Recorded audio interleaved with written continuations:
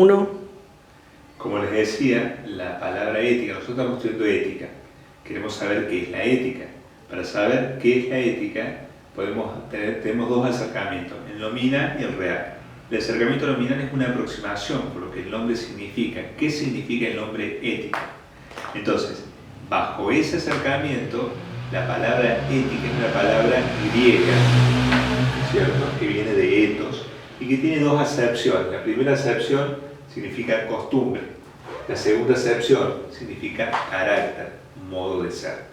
Acá también aparece otra expresión latina, mos, que significa costumbre.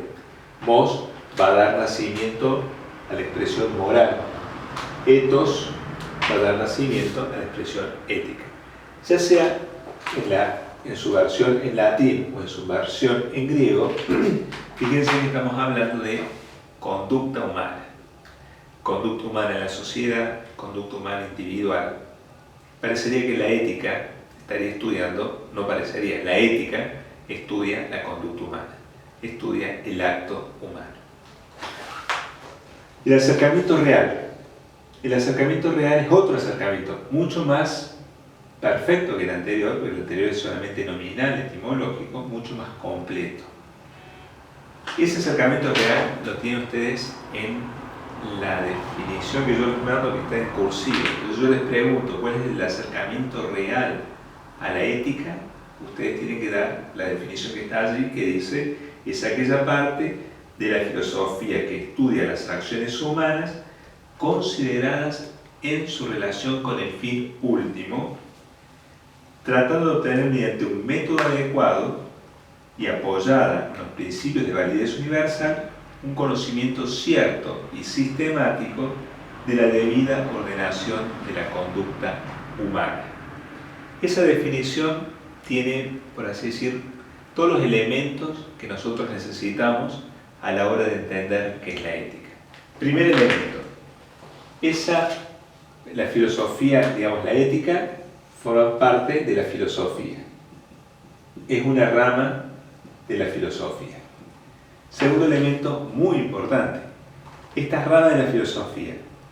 Si es una rama de la filosofía, va a preguntar las últimas causas. No se queda en una mirada superficial, va por las últimas causas. Bueno, para encontrarle el sentido a la vida, vamos a decir, ¿no? El segundo elemento importante, ¿sobre qué versa esto? Sobre los actos humanos.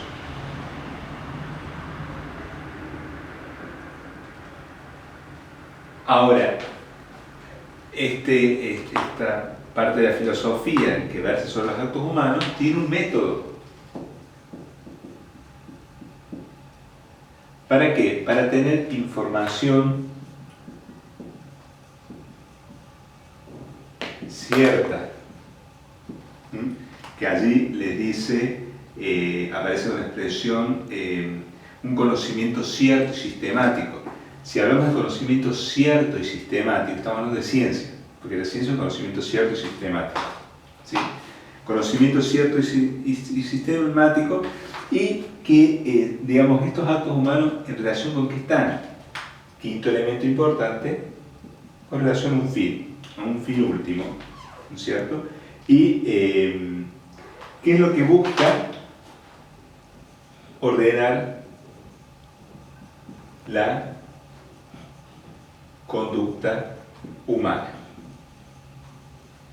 Estos 6 elementos ustedes los tienen que tener claro a la hora de dar la definición, ¿no? Entonces, forma parte de la filosofía, estudia los actos humanos, tiene un método para ese estudio, hay información cierta, que la definición que yo les doy aparece con la expresión conocimiento cierto y sistemático. Cierto y sistemático, que busca un fin, o sea, el fin último. Si estas acciones tienen que estar en relación con el fin último,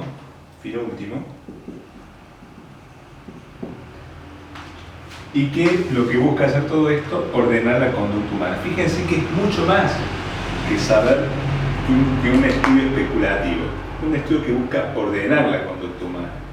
Por eso, vamos a ver, que ustedes bien van a ver en el texto, que forma parte de lo que llaman las ciencias prácticas, ¿no? Ya vamos a ver qué significa esto de ciencias prácticas. Acá tenemos, por ejemplo, de esta definición sacamos, primero, la presencia del objeto material y el objeto formal. Toda ciencia tiene un objeto material y un objeto formal. Esta ciencia, su objeto material es el estudio de los actos humanos. Acá está el objeto material. Estudio de los actos humanos. Estos actos humanos, ¿qué son los actos humanos? Si ustedes recuerdan, la antropología estudiaba a la persona humana en lo más humano que tenía esta persona, ¿no? Lo más humano que tiene la persona es su inteligencia y su voluntad. Los actos humanos son todos aquellos actos en los cuales yo soy responsable. Yo tengo una responsabilidad de ese acto, o por ese acto. Porque lo hago conociendo y queriendo. Son los dos elementos que identifican la responsabilidad del acto. Y también, de alguna manera, son actos libres. De alguna manera son actos libres. Por eso son actos responsables. Eso es lo que va a estudiar como objeto material la ética. Pero ojo, la psicología también va a estudiar al acto humano, pero con un objeto formal distinto, ¿no? Y ahí viene la otra parte importante que tienen ahí en el texto que yo les mando, la presencia, por un lado, del objeto material y por otro lado, del objeto formal. ¿Qué aspecto del objeto material es que va a estudiar, o qué aspecto de esta realidad es la que va a estudiar la ética, ¿no? Entonces, el objeto formal, en este caso concreto, va a ser si este acto está en relación o no está en relación con el fin. Si está en relación con el fin, es un acto bueno. Si no está en relación con el fin, es un acto malo. Por eso el objeto formal es la moralidad de los actos.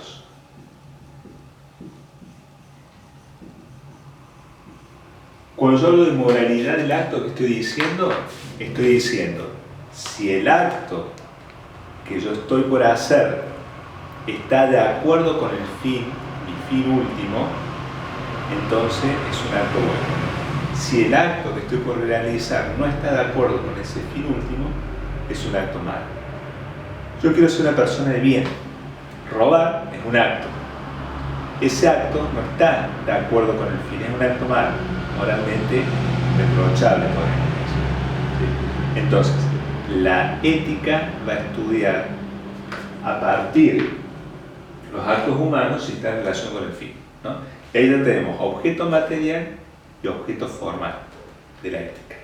Y después, otro tema que ustedes tienen allí es la clasificación de las ciencias, ¿no?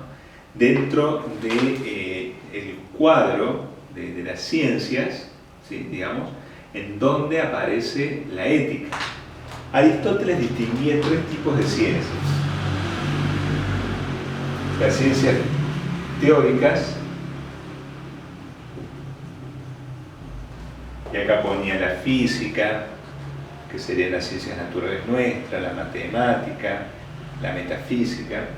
Las ciencias prácticas, y acá Aristóteles pone a la ética y a la política. ¿Por qué? Porque son ciencias que lo producido queda, el efecto final de lo producido queda de alguna manera en el sujeto. Hay una cierta inmanencia en el acto. Es decir, si yo hago muchos actos buenos, me transformo en persona buena. Si yo hago muchos actos justos, soy una persona justa. Si yo hago muchos actos prudentes, soy una persona prudente. Si yo hago muchos actos templados, soy una persona templada. Por un solo acto justo que haga, no quiere decir que soy una persona justa. Si yo ayudo a cruzar a una señora en la calle, una señora anciana, es un acto justo. Pero por un solo acto que haga, no quiere decir que sea una buena persona, es una persona justa, ¿no? Entonces, las ciencias prácticas son ciencias que son normativas, que es lo que ustedes tienen ahí en el texto. Ciencia normativa, la ciencia que busca conducir la conducta, valga la redundancia. Vamos a decir mejor, una ciencia que busca conducir el acto humano. Y finalmente, el otro grupo de ciencias, las llamadas ciencias poiéticas, que son las ciencias que están relacionadas con la fabricación de elementos, con pintar un cuadro, es decir, todo lo producido queda fuera del sujeto, ¿sí? Entonces, ¿qué es lo importante de este primer material que yo les mando?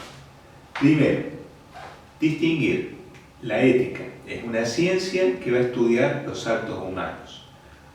Que va a buscar la ética, va a buscar que seamos personas de bien, porque estos actos humanos van a estar orientados a un fin.